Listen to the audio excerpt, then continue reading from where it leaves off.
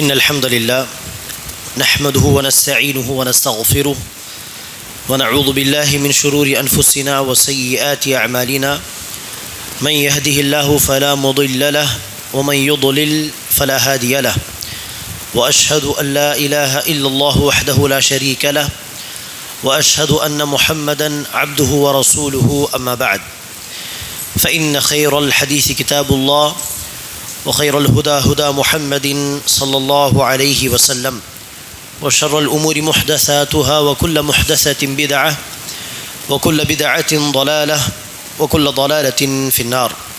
قال الله عز وجل: يعرفون نعمة الله ثم ينكرونها وأكثرهم الكافرون. கண்ணியமிக்க சகோதரர்களே,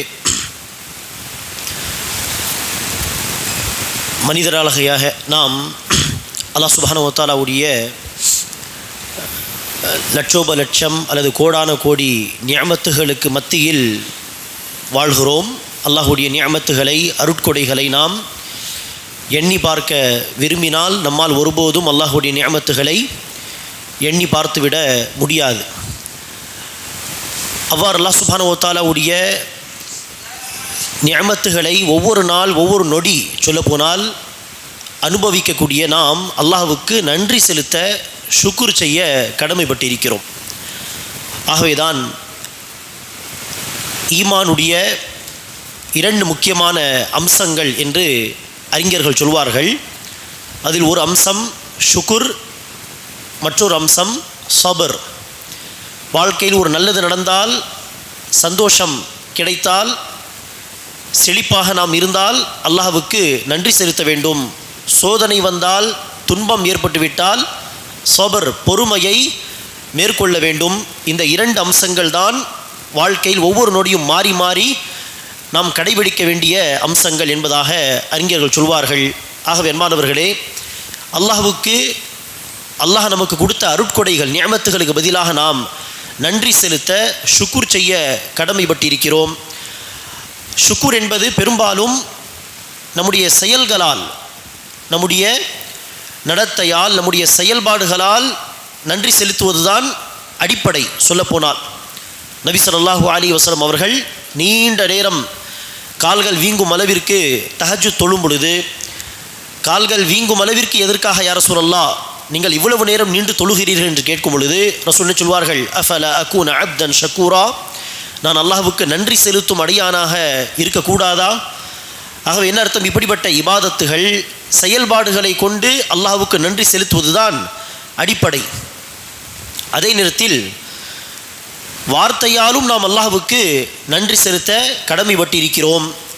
அவ்வாறு வார்த்தைகளால், சொல்லால் அல்லாஹ்வுக்கு நன்றி செலுத்துவது தொடர்பான சில விஷயங்களை இந்த சபையில் நான் எடுத்துரைக்க விரும்புகிறேன். இப்போது நான் சொல்லக்கூடிய இந்த விளக்கங்கள் முஹம்மத் பின் அப்துல் வஹாப் ரஹிமஹுல்லாஹ் என்கிற ஒரு மார்க்க அறிஞர் தன்னுடைய ஒரு நூலில் குறிப்பிட்ட ஒரு பாடத்தை அடிப்படையாக வைத்து நான் எடுத்து சொல்கிறேன். அல்லாஹ் சுப்ஹானஹு வ தஆலா குர்ஆனிலே சூரத்துன் நஹல் அத்தியாயத்தின் 83வது வசனத்திலே சொல்கிறான்: யஅரிஃபூன நிஅமத்தல்லாஹி சும்ம யுன்கிரூனஹா. அல்லாஹ்வின் நிஅமத்தை அறிந்து கொண்ட நிலையிலும், அல்லாஹ்வின் அருட்கொடை, அல்லாஹ்வின் நிஅமத் என்று அறிந்து கொண்ட பிறகும் அதை அவர்கள் மறுக்கிறார்கள். சும்ம யுன்கிரூனஹா வ அக்ஸருஹுமுல் காஃபிரூன். அல்லாஹ்வுடைய நிஅமத்துகள் என்று தெரிந்த பிறகும், இது இறைவன் கொடுத்த அருள் என்று தெரிந்த பிறகும், அதை அனுபவித்த பிறகும் அல்லாஹ்வுக்கு நன்றி செலுத்தாமல், அல்லாஹ்வுக்கு ஷுக்குர் செய்யாமல் நன்றி கெட்டவர்களாக இருக்கக்கூடிய அந்த மக்கள் காஃபிர்கள், நன்றி மறுப்பவர்கள், நன்றி கெட்டவர்கள் என்று அல்லாஹ் சுப்ஹானஹு வ தஆலா சொல்கிறான்.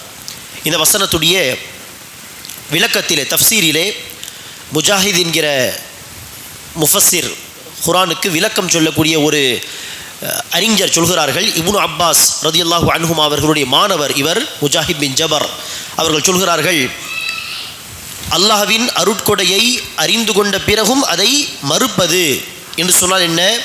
ஒருவர் ஹாதா மாலி, இது என்னுடைய பொருளாதாரம், இது என்னுடைய காசு என்று சொல்வது. வரிஸ்துஹு அன் ஆபாஇ, இதை நான் என் மூதாதைகளிடமிருந்து பெற்றுக்கொண்டது என்று சொல்வது என்பதாக முஜாஹித் என்கிற ஒரு அறிஞர் சொல்கிறார்கள். இதை ஹதீஸில் ரசூல் அவர்கள் சொன்ன ஒரு உதாரணத்தோடு நாம் இணைத்து பார்த்தால் இந்த அறிஞர் சொன்ன அந்த வார்த்தை நமக்கு புரியும்.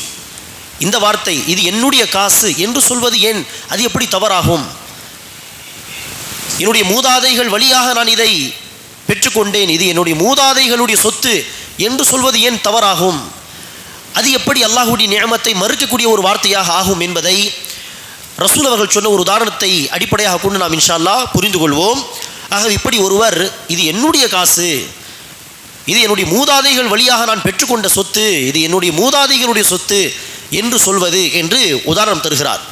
அதேபோல் அவுன் பின் அப்துல்லா என்கிற ஒரு அறிஞர் அவர்கள் சொல்கிறார்கள், லவ்லா ஃபுலான் லம் யகுன் கதா, அவர் இல்லாவிட்டால் இப்படி நடந்திருக்காது, அவர் மாத்திரம் இல்லாவிட்டால் இப்படி நடந்திருக்காது என்கிற வார்த்தைகளை பயன்படுத்துவது என்பதாக இன்னொரு அறிஞர் விளக்கம் சொல்கிறார்கள். அன்பானவர்களே, இந்த முஃபஸ்ஸீரீன்கள், இந்த அறிஞர்கள் சொல்லக்கூடிய இந்த வார்த்தைகளுடைய அர்த்தம் என்ன என்று சொன்னால், ஒருவர் கை நிறைய சம்பாதிக்கிறார், அல்லாஹ் அவருக்கு பொருளாதாரத்தை விசாலப்படுத்தி கொடுத்திருக்கிறான்.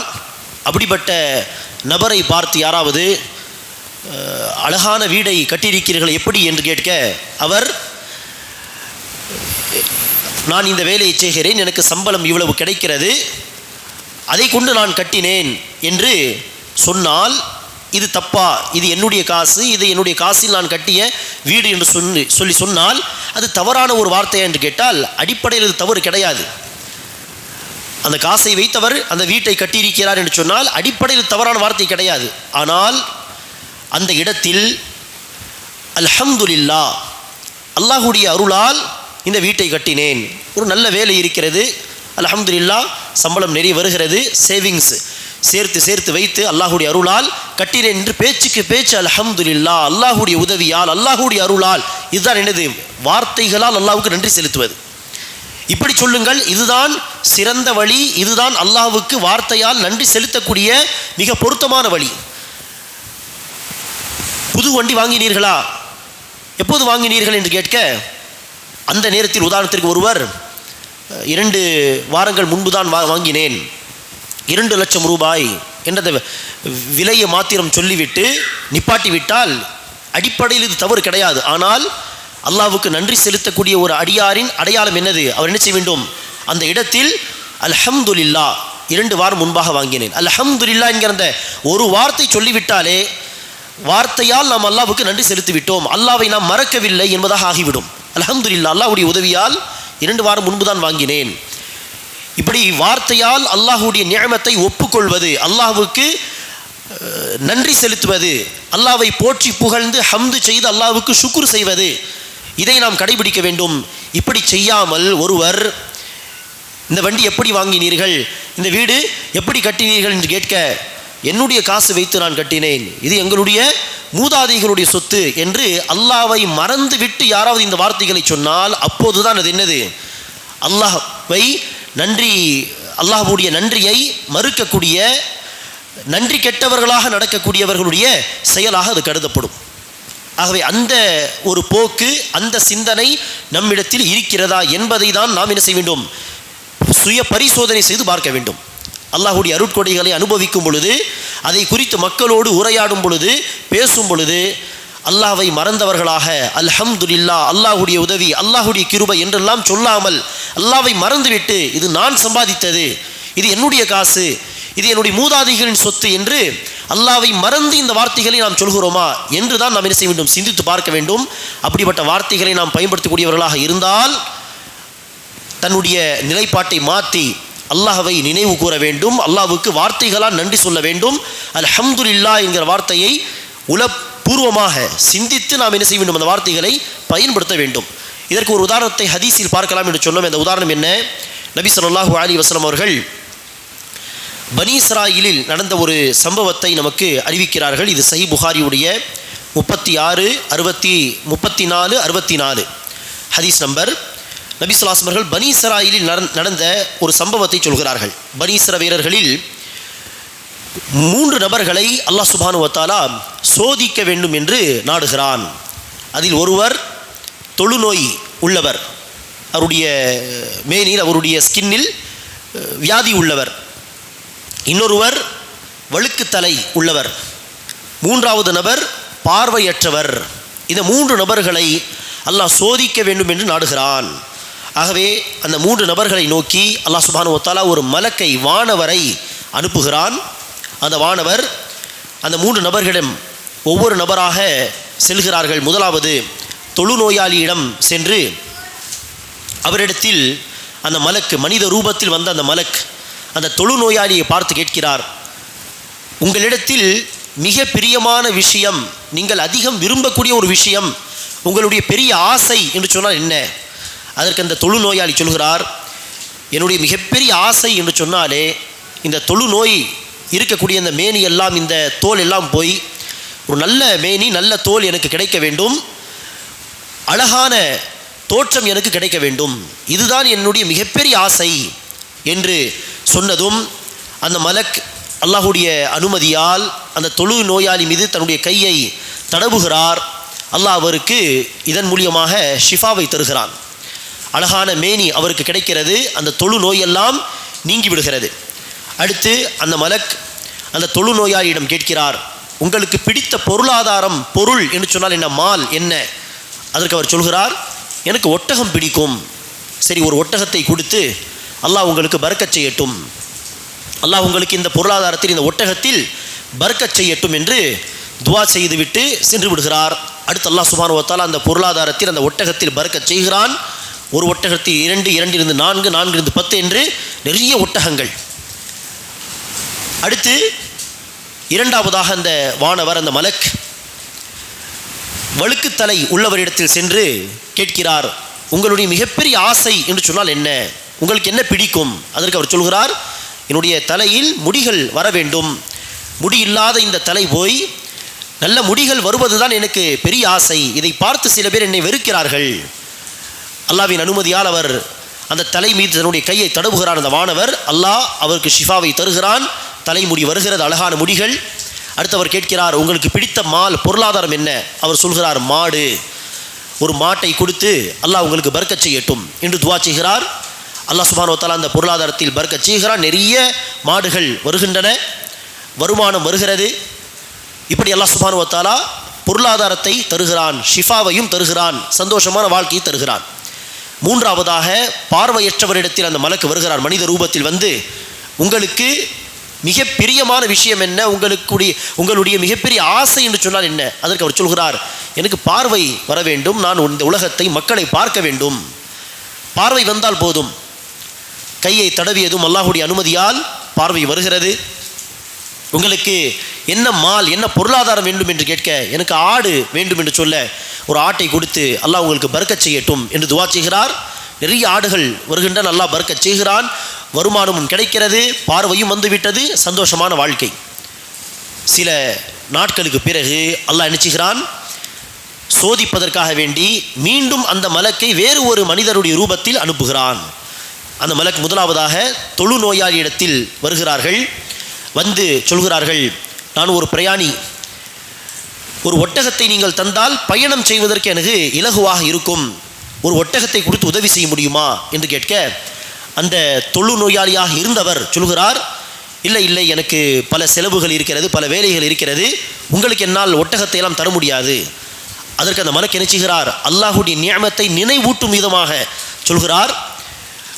வரக்கூடிய அந்த மலக்கு தொழு நோய் உள்ளவராக வருகிறார். அந்த தோற்றத்தில் வந்து சொல்கிறார், நீங்களும் என்னை போன்றுதானே தொழு நோயாளியாக இருந்தீர், அல்லாஹ் தானே உங்களுக்கு ஷிஃபாவை கொடுத்தான், அல்லாஹ் தானே இந்த பொருளாதாரத்தை, இந்த ஒட்டகங்களை எல்லாம் உங்களுக்கு கொடுத்தான் என்று சொல்ல, அவர் சொல்கிறார், இல்லை இல்லை, இது வாழையடி வாழையாக மூதாதைகள் வழியாக எனக்கு கிடைத்த சொத்து, இது அல்லாஹுடைய நியமத்தை மறுக்கும் விதமாக என்ன வார்த்தை சொல்கிறார், இது என்னுடைய மூதாதைகள் வழியாக கிடைத்த சொத்து, இது வரிஸ்துஹு அன் ஆபாஇ காபிரன் அன் காபிரின், மூதாதைகள் வழியாக எனக்கு ஒரு ஜெனரேஷன் அடுத்து இன்னொரு ஜெனரேஷன், ஒரு தலைமுறை அடுத்து இன்னொரு தலைமுறை என்று மூதாதைகள் வழியாக வந்த சொத்து இது என்று அல்லாஹுடைய நியமத்தை மறுக்கிறார், உதவி செய்யும் மறுத்து விடுகிறார்.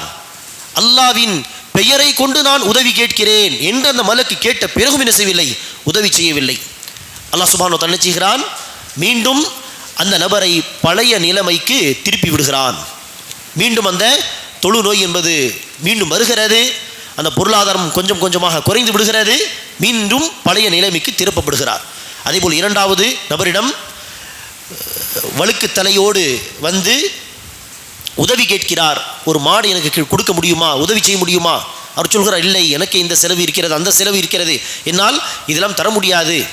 அதற்கு அவர் சொல்கிறார், நீங்களும் இப்படிதானே என்னை மாதிரி ஒரு காலத்தில் வழுக்கு தலையோடு இருந்தீர்கள், அல்லாஹ் உங்களுக்கு அழகான முடியை தந்தான், அல்லாஹ் உங்களுக்கு இந்த பொருளாதாரத்தையும் தந்தான், நீங்கள் எனக்கு உதவி செய்யலாமே என்று கேட்க, இல்லை, இதெல்லாம் என்னுடைய மூதாதைகள் வழியாக எனக்கு கிடைத்த சொத்து என்று அவரும் நினைச்சுகிறார். அல்லாஹுடைய நியமத்தை மறுத்து விடுகிறார், அல்லாஹ்வை மறந்து விடுகிறார், அல்லாஹுடைய நியமத்தை நிராகரித்து விடுகிறார். அதற்கு அல்லாஹ் சுப்ஹானஹு வ தஆலா மீண்டும் அந்த நபரை பழைய நிலைமையில் திருப்பி விடுகிறான். மூன்றாவதாக அந்த மலக் மனித ரூபத்திலே பார்வை இல்லாதவரிடத்தில் வந்து உதவி கேட்கிறார்கள். சொல்கிறார்கள், அல்லாஹ்வின் பெயரை சொல்லி நான் உங்களிடத்தில் உதவி கேட்கிறேன், அல்லாஹ்வை வசீலாவாக கொண்டு உதவி கேட்கிறேன், எனக்கு உதவி செய்யுங்கள். அல்லாஹ் உங்களுக்கு பார்வையை கொடுத்தான், அல்லாஹ் உங்களுக்கு பொருளாதாரத்தை கொடுத்தான் என்று சொல்ல, ஆம், அல்லாஹ் தான் எனக்கு பார்வையை கொடுத்து இந்த பொருளாதாரத்தையும் கொடுத்திருக்கிறான், பரக்கத் செய்திருக்கிறான், உங்களுக்கு என்ன தேவை எடுத்துக்கொள்ளுங்கள், உங்களுக்கு என்ன தேவை என்று சொல்லுங்கள், நான் தருகிறேன் என்று கேட்டதை தருவதற்கு தயாராகி விடுகிறார். அல்லாஹ் சுப்ஹானஹு வ தஆலா அந்த நியமத்தை இன்னும் அந்த அடியாருக்காக வேண்டி அதிகப்படுத்துகிறான். இதுதான் அல்லாஹ் சுப்ஹானஹு வ தஆலாவுடைய சுன்னத், இதுதான் அல்லாஹ்வுடைய வழிமுறை, இதுதான் அல்லாஹ்வுடைய சட்டம். அல்லாஹ் குர்ஆனிலே சொல்கிறான், லஇன் ஷகர்தும் லஅஸீதன்னக்கும், நீங்கள் எனக்கு நன்றி செலுத்தினால் நான் இன்னும் உங்களுக்கு அதிகமான அருட்கொடைகளை நியமத்துகளை வழங்குவேன். வலஇன் கஃபர்தும், நீங்கள் நன்றி மறுத்தால், நன்றி கெட்டவர்களாக நீங்கள் இருந்தால், குஃபுர் செய்தால், இன்ன அஸாபி லஷதீத், என்னுடைய அஸாப் மிக கடுமையானது, மோசமானது. இந்த உலகத்திலும் அல்லாஹ்வுடைய அஸாப் வரலாம், கிடைத்த நியமத் பறிபோகலாம், அல்லது குறைந்தது இந்த உலகத்தில் அல்லாஹ் விட்டுவிட்டாலும் மன்னித்து விட்டாலும் மறுமை வாழ்க்கையில் நிச்சயமாக குஃபுருடைய ஷுக்குர் செய்யாமல், அல்லாஹ்வுக்கு நன்றி செலுத்தாமல், நன்றி கெட்டவர்களாக இருந்தால், அல்லாஹ்வுடைய நியமத்துகளை மறந்து விட்டால் அதற்குரிய அஸாப் நிச்சயமாக மறுமையில் மிக கடுமையானது. ஆகவே இந்த மனிதர்கள் எப்படி அல்லாஹ்வுடைய அருட்கொடைகளை பயன்படுத்தி கொண்ட பிறகும் அல்லாஹ்வுக்கு நன்றி செலுத்தாமல், செயலாலும் சொல்லாலும் அல்லாஹ்வுக்கு நன்றி செலுத்தாமல், இது என்னுடைய மூதாதைகளுடைய சொத்து என்று அவர்கள் சொன்னார்களோ, இத்தகைய நிலைப்பாட்டில் ஒருவர் இந்த வார்த்தையை சொன்னால் அது ஹராம். இது அல்லாஹ்வை மறந்து அல்லாஹ்வுடைய நியமத்தை நிராகரிக்கக்கூடிய வார்த்தை. இப்படிப்பட்ட வார்த்தை தான் காரூன் பயன்படுத்தினான். அல்லாஹ் சுப்ஹானஹு வ தஆலா காரூன் என்பவன் மூசா அலைஹிஸ்ஸலாமுடைய சமூகத்தை சார்ந்த ஒருவன், பனி இஸ்ரவேலர்களில் ஒருவனாக இருந்தான். ஆனால் பொதுவாக பனி இஸ்ரவேலர்கள் ஏழைகளாக, அடிமைகளாக இருப்பார்கள். அந்த மக்களுக்கு மத்தியில் காரூனுக்கு அல்லாஹ் சுப்ஹானஹு வ தஆலா நிறைய பொருளாதாரத்தை கொடுத்திருந்தான். மக்கள் வந்து காரூனை பார்த்து கேட்கிறார்கள், அஹ்சின் கமா அஹ்ஸனல்லாஹு இலைக், அல்லாஹ் உனக்கு எப்படி நன்மை செய்திருக்கிறானோ, உபகாரம் செய்திருக்கிறானோ, அதேபோல் நீ நமக்கு அல்லாஹ் உனக்கு தந்த பொருளாதாரத்திலிருந்து சில பொருளாதாரத்தை கொடுத்து, சதகா கொடுத்து உதவி செய், நன்மை செய், அல்லாஹ் உனக்கு நன்மை செய்தது போல் நீ ஏழைகளாகிய நமக்கு நன்மை செய் என்று சொல்ல, காரூன் சொன்ன வார்த்தை என்ன? ஹாதா மின் இல்மின் இந்தி, இது நான் என்னுடைய திறமையை கொண்டு சம்பாதித்த காசு, இது என்னுடைய டேலண்ட், என்னுடைய திறமையை கொண்டு நான் சம்பாதித்த காசு இது. காரூனுடைய இந்த வார்த்தை பாருங்கள், அல்லாஹ்வை மறந்து, அல்லாஹ் கொடுத்தான் என்பதை மறந்து, இது நான் சம்பாதித்த காசு, இது என்னுடைய திறமையை கொண்டு, என்னுடைய திட்டத்தை கொண்டு நான் உழைத்து சம்பாதித்த காசு, இதில் யாருக்கும் உரிமை கிடையாது என்று அல்லாஹ் கொடுத்த நியமத் என்பதை மறந்து அந்த வார்த்தை சொன்னானே, இது என்னுடைய காசு, அந்த நிலைப்பாட்டில் இருந்து கொண்டு யாராவது இது என்னுடைய காசு, இது எனக்கு சொந்தமானது என்கிற அந்த வார்த்தையை பயன்படுத்தினால் அப்போது அது என்னது? ஹராமான வார்த்தை. யதார்த்தமாக இது என்னுடைய காசு, இது என்னுடைய அப்பாவுடையது என்று சொன்னால் இது ஹராம் கிடையாது.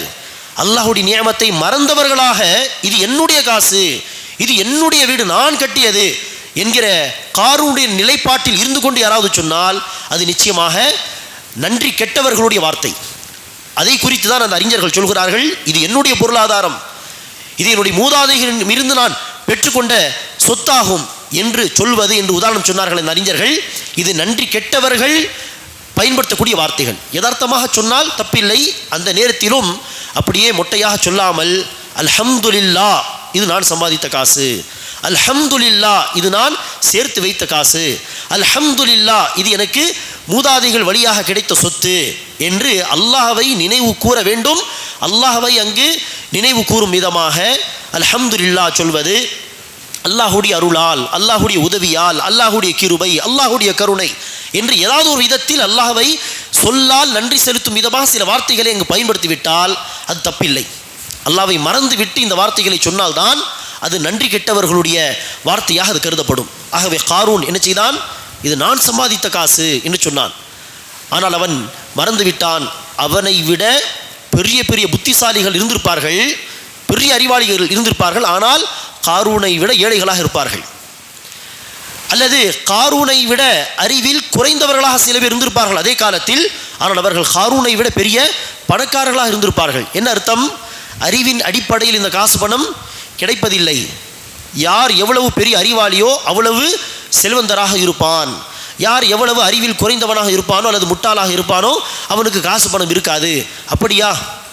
அப்படி கிடையாது. என்னை விட பெரிய அறிவாளிகள் இருப்பார்கள், ஆனால் பொருளாதாரத்தில் என்னை விட ஏழையாக இருப்பார்கள்.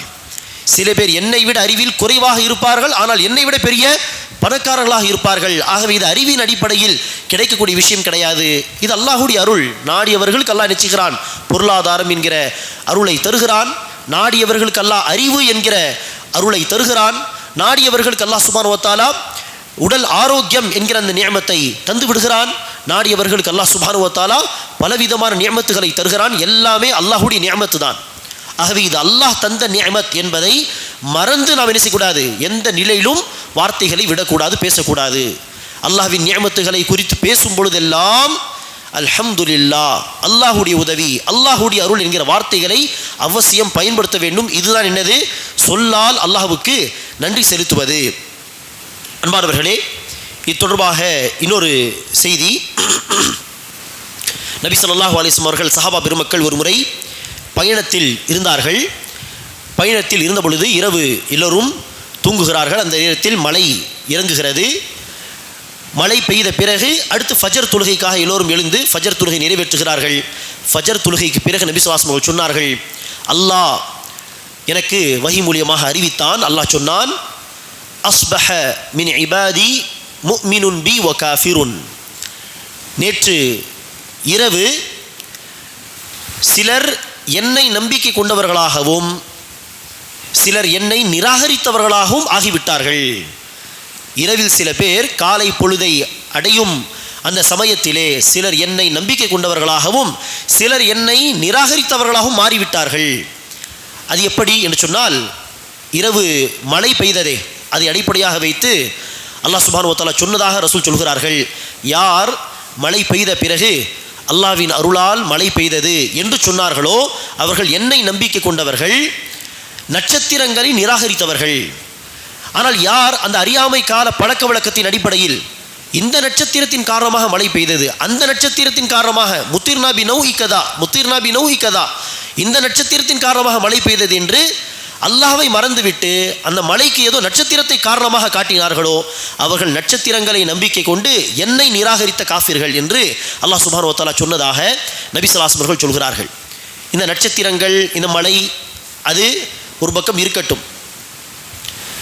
இதே விஷயத்தை வேறு உதாரணத்தை கொண்டு நாம் புரிந்து கொள்ளலாம். மழைக்கும் நட்சத்திரக்கும் என்ன தொடர்பு என்று நமக்கு புரியாமல் போகலாம்.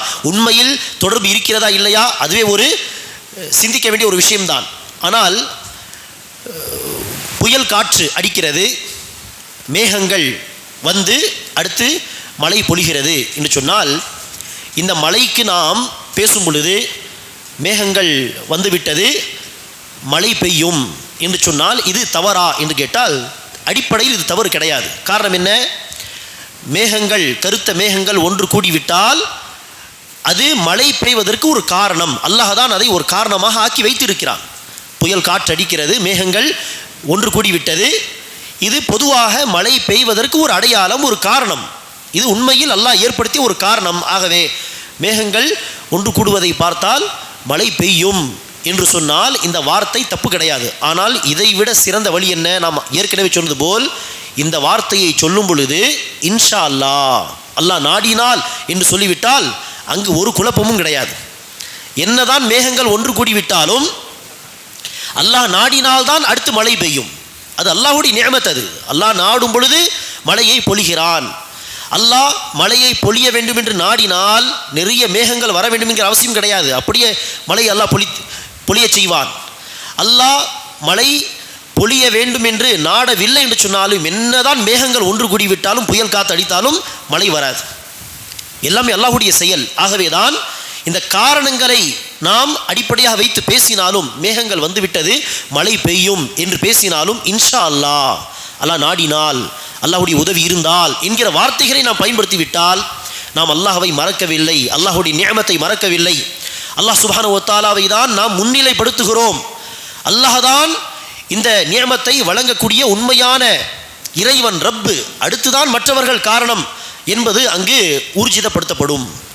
உதாரணத்திற்கு நாம் ஒரு மருத்துவரிடம் செல்கிறோம். உடம்பு சரியில்லை என்று 4-5 மருத்துவர்களை பார்த்தாச்சு, மருந்து கொடுத்தார்கள், ஒரு வேலை செய்யவில்லை. அடுத்து ஒரு நல்ல மருத்துவரிடம் சென்று அவர் ஒரு மருந்தை தருகிறார். சாப்பிட்ட உடனே அல்லாஹ்வுடைய நாட்டப்படி ஷிஃபா கிடைத்து விட்டால், அந்த டாக்டரிடம் சென்றேன், மருந்து கொடுத்தார், காய்ச்சல் போய்விட்டது, வயிற்று வலி போய்விட்டது என்று சொன்னால் தப்பு கிடையாது. அல்லாஹ் அந்த ஷிஃபாவுக்கு அந்த டாக்டரை காரணமாக வைத்தான், அந்த மருந்து மாத்திரை காரணமாக வைத்தான், அதை நீங்கள் சொல்கிறீர்கள். ஆனால் இருந்தாலும் ஏகத்துவ கொள்கையில் உறுதியாக இருக்கக்கூடிய மக்கள், அல்லாஹ்வை மறக்காத, அல்லாஹ்வுடைய நிஅமத்தை மறக்காத மக்களுடைய அடையாளம் என்ன? இந்த வார்த்தையை சொல்லும் பொழுதும் அல்லாஹ்வை நினைவு கூற வேண்டும். எப்படி சொல்ல வேண்டும்? அல்ஹம்துலில்லாஹ், எங்கெங்கேயோ அலைந்து பார்த்தேன், அல்லாஹ்வுடைய உதவியால் ஒரு டாக்டர் கிடைத்தார், அவர் மருந்து கொடுத்த பிறகு அல்ஹம்துலில்லாஹ் ஷிஃபா கிடைத்து விட்டது. பேச்சுக்கு அல்ஹம்துலில்லாஹ், அல்லாஹ்வுடைய உதவி என்று சொல்லிவிட்டால் குழப்பமே கிடையாது. இந்த வார்த்தைகள் நன்றி மறந்தவர்களுடைய வார்த்தையாக இருக்காது, மாறாக அல்லாஹ்வுக்கு ஷுக்ர் செய்யக்கூடிய, அல்லாஹ்வை மறக்காமல் அல்லாஹ்வுக்கு நன்றி செலுத்தவர்களுடைய வார்த்தையாக அமையும். அல்லாஹ்வை குறித்து சொல்லாமலோ, அல்ஹம்துலில்லாஹ் சொல்லாமலோ, அல்லாஹ்வுடைய உதவி, அல்லாஹ்வுடைய அருள் என்கிற வார்த்தைகளை பயன்படுத்தாமலோ, டாக்டரிடம் போனேன், மருந்து கொடுத்தார், குணமாகி விட்டது, மேகங்கள் வந்தது, மழை பெய்தது என்றெல்லாம் பேசினால் இது நன்றி கெட்டவர்களுடைய வார்த்தையாக அமைந்துவிடும். ஆகவேதான் சில அறிஞர்கள் இன்னும் ஒரு உதாரணத்தை தருகிறார்கள். பாருங்கள், ஒரு கப்பல் வழியாக ஒருவர் கப்பல் பயணம் செய்து, கடல் பயணம் செய்து, புயல் ஏற்பட்ட பிறகும் எப்படியோ தப்பித்து வந்து விட்டார்கள் என்று வைத்துக் கொள்ளுங்கள். வந்தவர்கள் மக்களிடம் அந்த சம்பவத்தை அறிவிக்கும் பொழுது, கப்பல் நல்ல குவாலிட்டியான கப்பல், அந்த கப்பல் ஓட்டக்கூடிய அந்த கேப்டன் மிக திறமைசாலியாக இருந்தார், எப்படியோ கொண்டு வந்து சேர்த்து விட்டார் என்று சொன்னால், ஆம், அந்த கப்பலுடைய குவாலிட்டி அல்லது அந்த கப்பலுடைய கேப்டன் திறமைசாலியாக இருப்பதெல்லாம் கரை ஒதுங்கி வந்ததுக்கு காரணம்தான். ஆனால் இந்த வார்த்தைகளை சொல்லும் பொழுது என்ன செய்ய வேண்டும்? அல்லாஹ்வுடைய உதவியால் இந்த கேப்டன் அழகான விதத்திலே அல்லாஹ்வுடைய உதவியை கொண்டு கரை ஒதுக்கிவிட்டார். சமீபத்தில் கூட ஒரு பிளெயின், காஷ்மீரிலிருந்து புறப்பட்ட பிளெயின், அநேகமாக ஏதோ பனிக்கட்டிகள் பிளெயின் மீது பட்டு அந்த பிளெயினுடைய ஒரு பாகத்தை அது சேதப்படுத்தி விட்டது. கஷ்டப்பட்டு என்ன செய்தார்கள்? ஒதுங்கினார்கள். இதை குறித்து அந்த மக்கள் அறிவிக்கும் பொழுது, நல்ல திறமசாலி பைலட்டு கொண்டு வந்து சேர்த்து விட்டார் என்று மாத்திரம் சொல்லாமல் என்ன செய்ய வேண்டும்? அல்லாஹ்வுடைய உதவியால் பைலட் திறமைசாலியாக இருந்து எப்படியோ கொண்டு வந்து சேர்த்து விட்டார் என்று சொன்னால் இது தப்பு கிடையாது. அல்லாஹ்வின் உதவி என்று அல்லாஹ்வை முன்னிலைப்படுத்தி, அடுத்துதான் பைலட்டு, அடுத்துதான் கேப்டன், எல்லாமே அல்லாஹ் தான் முதலாவது அந்த நிஅமத்தை தந்தவன், காப்பாற்றியவன், உதவி செய்தவன். அல்லாஹ்வை முன்னிலைப்படுத்தி நாம் என்ன செய்ய வேண்டும்? பேச வேண்டும். அல்லாஹ்வை மறந்துவிட்டு அருமையான பைலட்டு எப்படியோ காப்பாற்றி விட்டார், சிறந்த ஒரு கேப்டன், புயலிலும் இந்த கப்பலை கரை ஒதுக்கி விட்டார் என்று பேசினால் இது நன்றி கெட்டவர்களுடைய வார்த்தை, அல்லாஹ்வை மறந்தவர்களுடைய வார்த்தை. ஆகவே தான் அன்பானவர்களே, இந்த ஒட்டுமொத்த பேச்சின் சாரம்சம் என்னவென்று சொன்னால், அல்லாஹ்வின் நிஅமத்துகளை நாம் பயன்படுத்துகிறோம். அந்த நிஅமத் 2 வகைப்படும். ஒன்று நன்மை சேர்க்கக்கூடிய விஷயங்களை பயன்படுத்துவது, இன்னொன்று தீமையை விட்டு அல்லாஹ் நம்மை காப்பாற்றுவது. இரண்டும் நிஅமத்து தான். அல்லாஹ் நமக்கு நன்மை கொடுத்தால் அதுவும் நிஅமத், ஒரு தீங்கை விட்டு காப்பாற்றி விட்டால் அதுவும் நிஅமத். 2 விஷயங்களை குறித்தும் நாம் பேசும் பொழுது அல்லாஹ்வை முன்னிலைப்படுத்தி பேச வேண்டும். அல்ஹம்துலில்லாஹ், அல்லாஹ்வின் உதவியால், அல்லாஹ்வின் அருளால், இந்த வார்த்தைகளை பயன்படுத்துவது ஒரு நல்ல அடையாளம். வார்த்தையால் அல்லாஹ்வுக்கு நன்றி செலுத்துபவர்களுடைய அடையாளம் இது, ஷுக்ர் செய்பவர்களுடைய அடையாளம் இது. ஆகவே அல்லாஹ்வை முன்னிலைப்படுத்தி தான் பேச வேண்டும். அடுத்துதான் என்னது? இன்னார் உதவி செய்தார், கேப்டன் அருமையாக ஓட்டினார், பைலட் காப்பாற்றி, இதெல்லாம் அடுத்து. முதலாவது அல்லாஹுடைய உதவி, அல்லாஹுடைய அருள் என்று முன்னிலைப்படுத்தி பேச வேண்டும். கை நிறைய சம்பாதிக்கிறோம், வீடு கட்டியிருக்கிறோம், வண்டி வாங்கி இருக்கிறோம் என்று சொன்னால் ஆம், நம்முடைய திறமை, நம்முடைய உழைப்பு எல்லாமே உண்டுதான், அது யாரும் மறுக்கவில்லை, அதெல்லாம் ஒரு காரணம் தான். ஆனால் இந்த இரண்டாவது காரணம், முதல் காரணம் அல்லாஹ் தான்.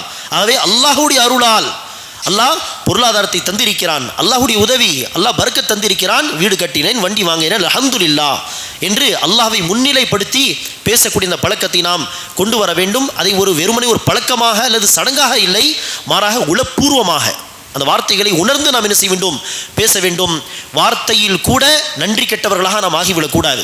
அல்லாஹ்வை நம்பிக்கை கொண்டவர்கள் நம்பிக்கை ரீதியாக, கொள்கை ரீதியாக நன்றி கெட்டவர்களாக இருக்க மாட்டார்கள். அந்த காரூன் மாதிரி, காரூன் அல்லாஹ்வுடைய நியமத்தை மறுத்து அந்த வார்த்தையை சொன்னான். அல்லது அந்த தொழுநோயாளி அல்லது இந்த வழுக்கு தலை உள்ளவர் அல்லாஹ்வை நினைவூட்டிய பிறகும் கூட என்ன செய்தார்கள், இல்லை இது நான் சம்பாதித்தது என்று உள ரீதியாக அவர்கள் மறுத்து பேசினார்கள். அப்படி நாம் யாரும் என்ன செய்ய மாட்டோம், நம்பிக்கை ரீதியாக அல்லாஹ்வை மறக்க மாட்டோம், அல்லாஹ்வுடைய நியமத்தை மறுக்க மாட்டோம், நிராகரிக்க மாட்டோம். ஆனால் வார்த்தையில் கூட நாம் அல்லாஹ்வை மறந்துவிடக் கூடாது என்பதுதான் இந்த ஒட்டுமொத்த பேச்சுடைய சாரம்சம். ஆகவே வார்த்தையிலும் நாம் அல்லாஹ்வுக்கு நன்றி செலுத்தக்கூடியவர்களாக, வார்த்தையால் அல்லாஹ்வை போற்றி புகழக்கூடியவர்களாக இருக்க வேண்டும். ஆகவேதான் அல்ஹம்துலில்லாஹி ரப்பில் ஆலமீன் என்கிற அந்த வசனத்துடைய விளக்கத்திலே இப்னு ஜரீர் அத்-தபரி என்கிற முஃபஸ்ஸிர், குர்ஆனுக்கு விளக்கம் சொல்லக்கூடியவர்கள், ஒரு அறிஞர் சொன்ன விளக்கத்தை சொல்லும் பொழுது அல்ஹம்துலில்லாஹ் என்பதை நாம் பொதுவாக என்ன செய்வோம், புகழ் அனைத்தும் அல்லாஹ்வுக்கு என்று சொல்லுவோமா இல்லையா? அதற்கு அந்த அறிஞர் சொல்கிறார்கள், அல்ஹம்துலில்லாஹ்வுக்கு ஒரு பொருள் என்னவென்றால் ஷுக்குர், நன்றி அல்லாஹ்வுக்கே சொந்தமானது என்று விளக்கம் தந்திருக்கிறார்கள். காரணம் என்ன, அந்த அல்ஹம்துலில்லாஹ் என்கிற வார்த்தையே நன்றி உள்ளவர்கள் பயன்படுத்தக்கூடிய வார்த்தை. பேச்சுக்கு பேச்சு அல்லாஹ்வுடைய நியமத்துகளை குறித்து பேசும் பொழுது அல்ஹம்துலில்லாஹ் அல்ஹம்துலில்லாஹ் என்று சொல்வது நன்றி செலுத்துவதற்கான ஒரு வழி. அதற்காக தான் அல்ஹம்துலில்லாஹ் என்பதற்கு நன்றி எல்லாமே அல்லாஹ்வுக்கு மாத்திரம்தான் என்று கூட என்ன செய்திருக்கிறார்கள், தஃப்சீர் சொல்லியிருக்கிறார்கள். அதில் வரக்கூடிய இன்னொரு விஷயம்தான் வத்துஹா அத்தியாயத்திலே அல்லாஹ் சுப்ஹானஹு வ தஆலா நபிகள் நாயகம் அவர்களுக்கு செய்த சில நியமத்துகளை, அருளை பட்டியலிடுகிறான்.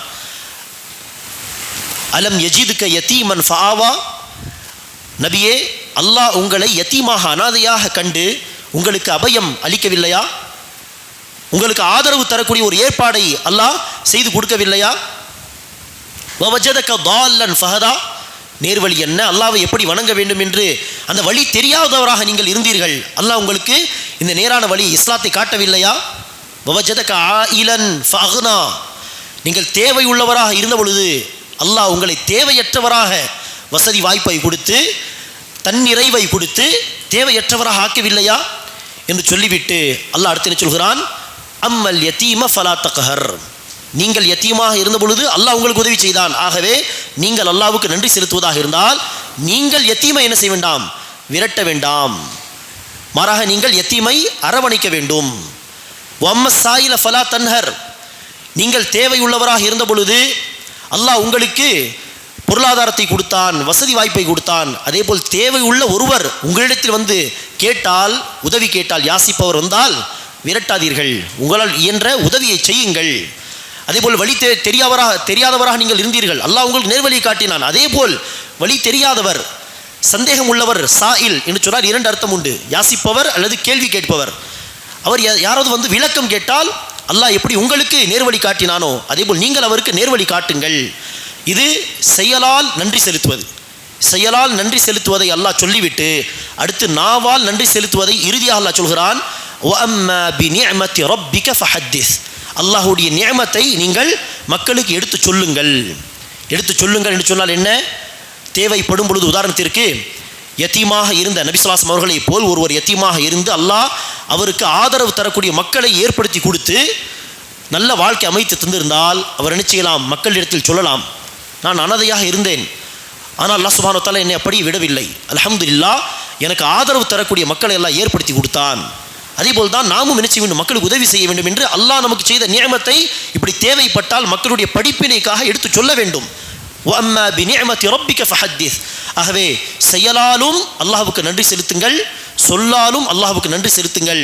சொல்லால் அல்லாஹ்வுடைய நியமத்துகளை மறந்தவர்களாக, நிராகரித்தவர்களாக, நன்றி கெட்டவர்களாக நாம் ஆகிவிடக்கூடாது.